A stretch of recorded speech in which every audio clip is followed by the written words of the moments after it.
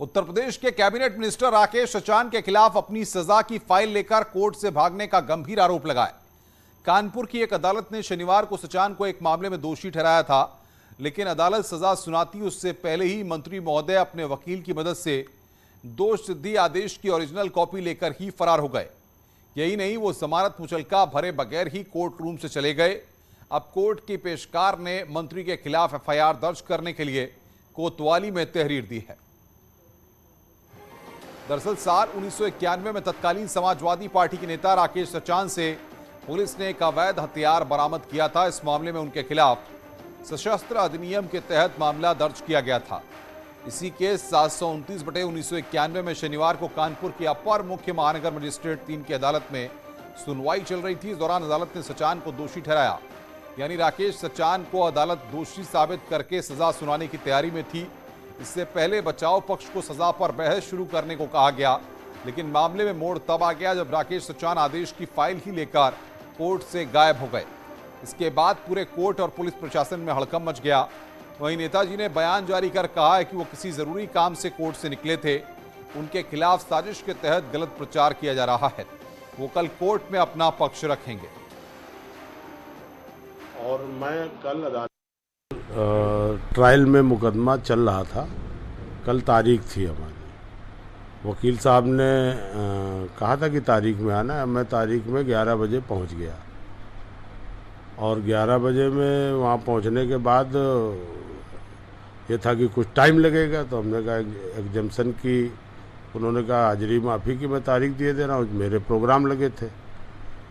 तो मैं वहाँ से करीब 12 बजे निकल आया और 12 बजे निकल के मैं अपने रूटीन के कार्यक्रमों में, पुखराया में जनता दरबार था, भंडारा था, वहाँ चले गए। फिर हमारा एक उद्यमियों का कार्यक्रम था, अमृत महोत्सव के कार्यक्रम की तैयारी में भी हम लोग चले गए उद्यमियों के बीच में। उसके बाद हमें बीच में लोगों ने बताया कि ऐसा ऐसा है, तो मेरे को तो नहीं मालूम है। मैं कल गया था और 12 बजे करीब चला आया हूँ। बाद में क्या घटनाक्रम हुआ है मेरे को संज्ञान अब टीवी से हो रहा है, आपके अखबार समाचार पत्रों से मिल रहा है। तो मैं कल अदालत जाऊंगा, जो भी अब होगा वहाँ अपने वकीलों के द्वारा अपना पक्ष रखूंगा। सर, किस मामले में आपको बुलाया गया? आर्म्स एक्ट का 91 में हमारे ऊपर वाद दर्ज हुआ था, वही मामले पर कल तारीख थी। उसी मामले में मैं कल गया था। लाइसेंसी राइफल थी और पुलिस ने आरोप ये लगाया था कि लाइसेंस ये दिखा नहीं पाए, उसी का बात चल रहा था।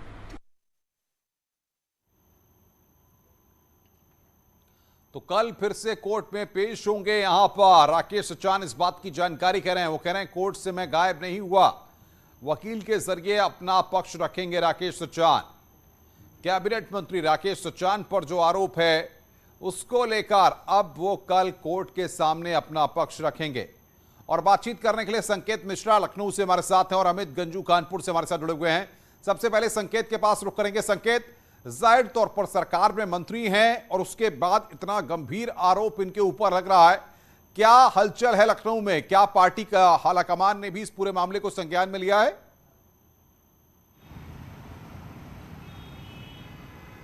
बिल्कुल जाहिर सी बात है कि जो 31 साल पुराना ये मामला था राकेश सचान का, जिसमें आर्म्स एक्ट के मामले में इनको सजा हुई है और उसके बाद से जो भी घटनाक्रम हुआ, भारतीय जनता पार्टी की तरफ से सीधे तौर पर निर्देश हैं कि आज राकेश सचान के मिर्जापुर और बनारस में जो कार्यक्रम थे वो पूरी तरीके से रद्द हो गए हैं और आगामी कार्यक्रम भी फिलहाल रद्द हैं।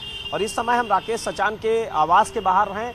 ये इनका माल एवेन्यू स्थित बंगला नंबर 1 है, राकेश सचान का आवास है और इसमें राकेश सचान की सुरक्षा भी नहीं है और वो यहाँ पर मौजूद भी नहीं है। बताया ये जा रहा है कि वो कानपुर में मौजूद हैं। यहाँ आवास में जो पीएससी की सुरक्षाकर्मी हैं वो जरूर हैं यहाँ पर, लेकिन जो उनके दूसरे सुरक्षाकर्मी तैनात किए गए थे जो स्कॉट की तरफ से है वो यहाँ पर नहीं है। इसके अलावा जो दूसरा स्टाफ है वो भी अब यहाँ से चला गया है। तो ऐसे में एक बात साफ है कि राकेश सचान, यहाँ स्टाफ का कहना है कि वो यहाँ पर मौजूद नहीं है। कुछ देर पहले यहाँ पर ये ताला पड़ा था, लेकिन ताला ये खुल गया है अब और पीएससी के सुरक्षाकर्मी जरूर यहाँ पर मौजूद हैं और पीछे का गेट है इस आवास के बाहर वो जरूर खुला हुआ है। तो ऐसे में एक बात साफ है कि जो ये घटनाक्रम हुआ इसको लेकर सरकार पूरी तरीके से सरकार की तरफ से भी निर्देश है कि अभी तक कोई सरकारी, जो मिर्जापुर में आज इनका कार्यक्रम था वो कार्यक्रम रद्द हो गया है, बनारस में कार्यक्रम था वो रद्द हो गया है और अगले 2 दिन तक कोई भी कार्यक्रम राकेश सचान का नहीं जारी हो रहा है, ना पार्टी की तरफ से ना सरकार की तरफ से। बिल्कुल, आप संकेत बने रहिए हमारे साथ। अमित गंजू भी हमारे साथ कानपुर से जुड़े हुए हैं। अमित, अदालत परिसर में ऐसा क्या हुआ जिसके बाद राकेश सचान पर बड़े गंभीर आरोप लगे हैं? वहां जो प्रत्यक्षदर्शी हैं, जो वकील हैं या जो लोग वहां पर मौजूद थे, क्या जानकारियां उनके हवाले से निकलकर सामने आ रही हैं?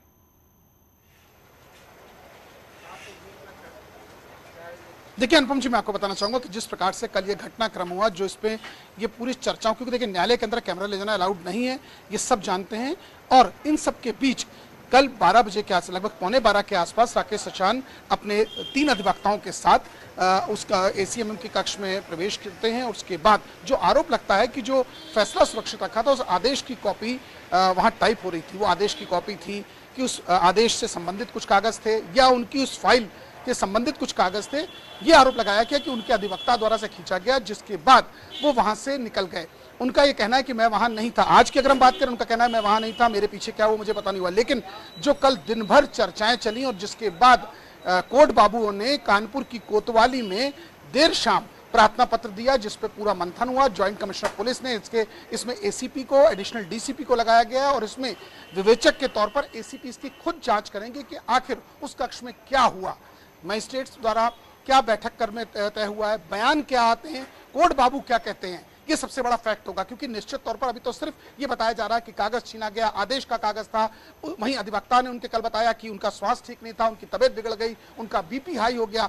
न्यूज़ 18 ने उनके तमाम समर्थकों से बात की तो उन्होंने बताया तो उनको ब्लड प्रेशर हाई है, किसी ने कहा उनको पल्पिटेशन हाई हो गया था, इसलिए न्यायालय से जाना पड़ा। ऐसी तमाम चीजें। बिल्कुल अमित, आपका और संकेत आपका बहुत बहुत शुक्रिया हमारे साथ जुड़ने के लिए और तमाम चीजों को विस्तार से बताने के लिए।